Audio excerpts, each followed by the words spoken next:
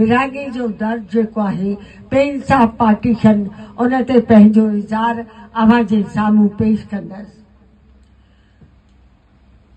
जय झूलेलाल। सावण जे ॾिण वारनि जूं तव्हांखे दिली वाधायूं। जी शाह सचल सामे जी बोली। भारतवासी जश्न आज़ादी मल्हाए रहिया आहिनि, पर असां लाइ मुनी सदी गुज़रण बाद बि विरागे जो दर्द अञा जारी आहे। मज़हब जे नाव ते अखंड भारत खे ॿिनि टुकड़नि में विरहाए वियो।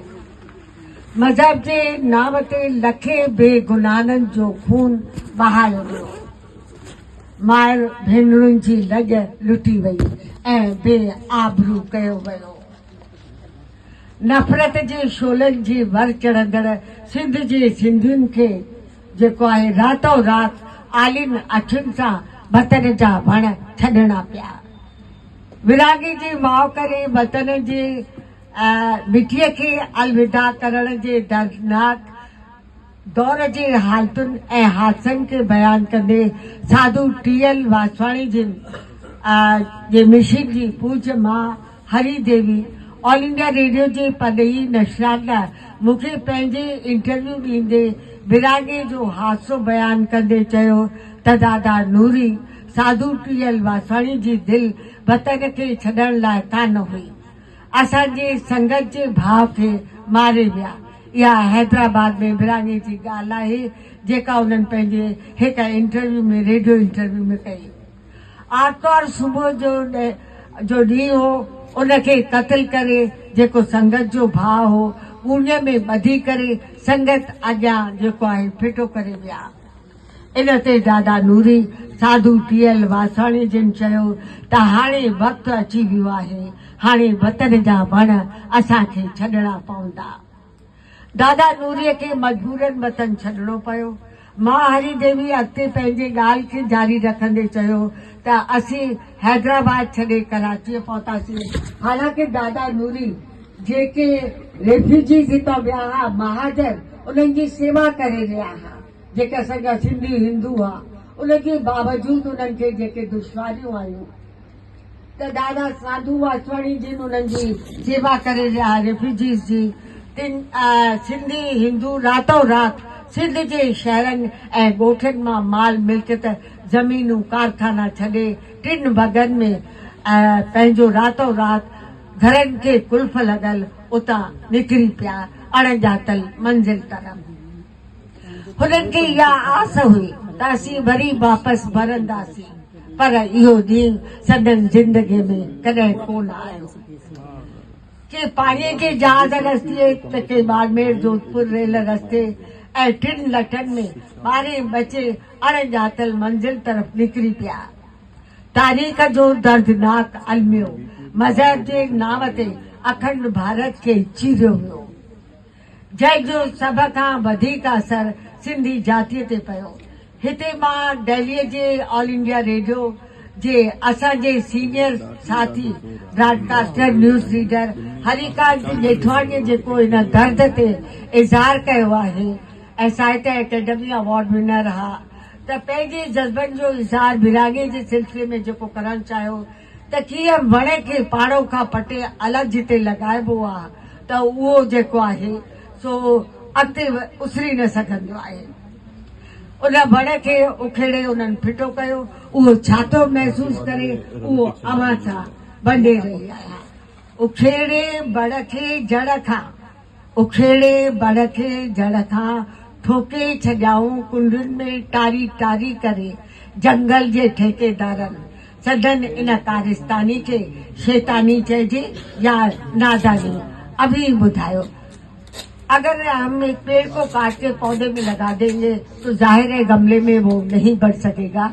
सिंधी जाति की भी यही हालत रही। तो ये इजहार था हमारे सीनियर ब्रॉडकास्टर और साहित्य अकेडमी अवार्ड विनर साहित्यकार का। मुबहम तौर अॻवाननि ने सियासतदाननि जे इन फैसले ते नाराज़गी ज़ाहिर कंदे सियासतदाननि जे ग़लति फैसले ते रद्दअमल पेश कयो आहे।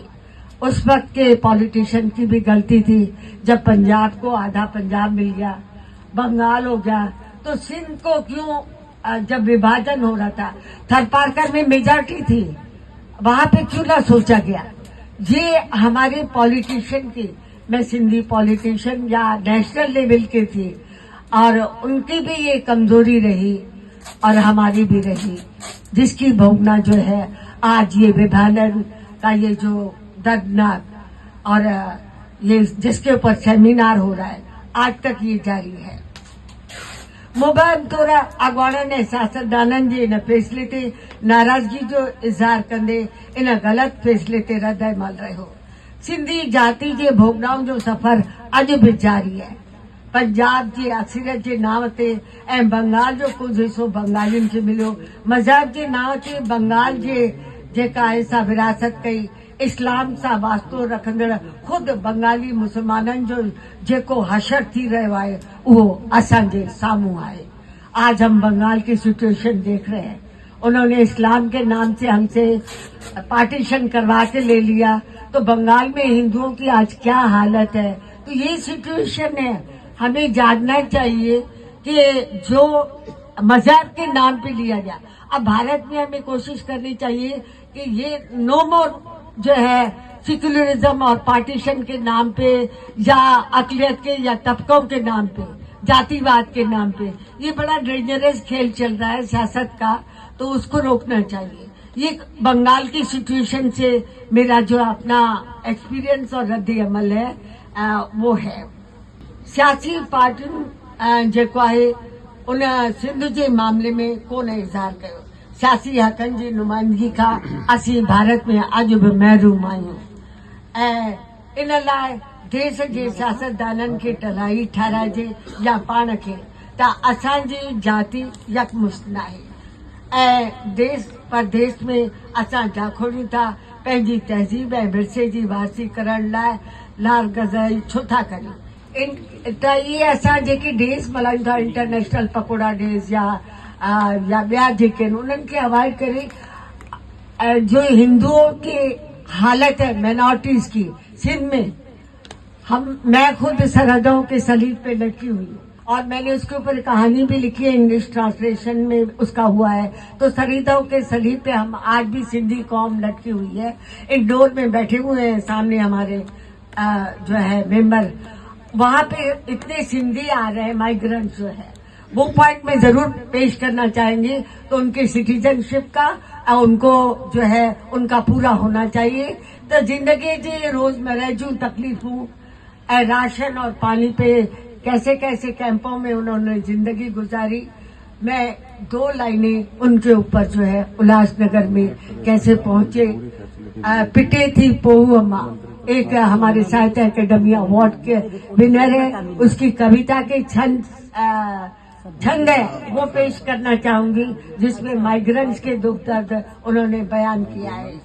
सिर ते आई तॾहिं लॾियोसीं, सिर ते आई तॾहिं लॾियोसीं, पंहिंजो मिठड़ो मुल्क छॾियोसीं, हथ हित बि फुरियासीं हुत बि फुरियासीं, लॻो को उबतो वाह पिटे थी पोहू मां, यारीअ वारो को पीर पुॼंदुनि, लाल साईं का उबती हणंदुनि, कैंपुनि में आणे फिटो कयाऊं, अटे जो पाव पिटे थी पोहू मां। कैंपों की जिंदगी के ऊपर उनका इज़हार है।